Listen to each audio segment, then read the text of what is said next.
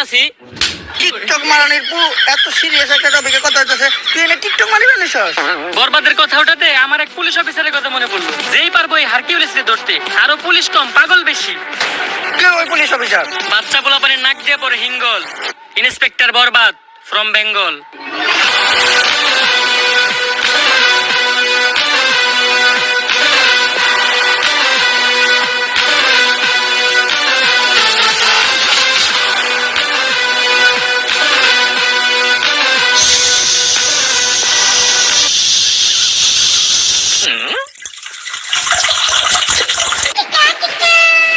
আইজিলু, জি স্যার। তুই এটা কি করতাছস? কে স্যার আপনি না কইলেন তাই মুতাছি। ছোটবেলায় আমার আম্মাই কইরা আমারে মুতাইতো, তাই আমার সামনে কেউ করলে আমি মুইতা দেই। তোর মতো কনস্টেবল লগে থাকার থেকে এক কোটি টাকা ঋণ থাকা ভালো। আইজিলু, মাল দে। কিরে, কই যাস তুই? স্যার আপনি না মাল চাইলেন তাই টয়লেটে যাইতাছি।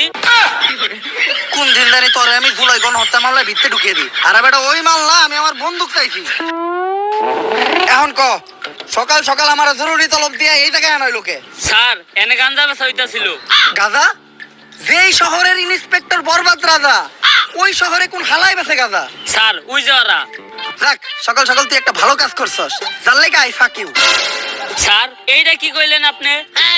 আরে আমি কইছি তুই একটা ভালো কাজ করছস, যার লেগে তোরে আমি ভালোবাসি। স্যার ওইটা আই ফাঁকি হইব না, ওইটা হইব আই লাভ ইউ। ও, তুই তো জানিস আমি আমার জীবনে এই একটা জিনিসই দুর্বল, সেটা হলো ইংলিশে। না স্যার আপনি আরেকটা জিনিসও দুর্বল, যেটার লিগে আপনি এখনো বিয়ে হয় না। ধ্যাৎ, তোর মতো কনস্টেবল লগে থাকার থেকে এক কোটি টাকা ঋণ থাকা ভালো। আয় লগে আয়।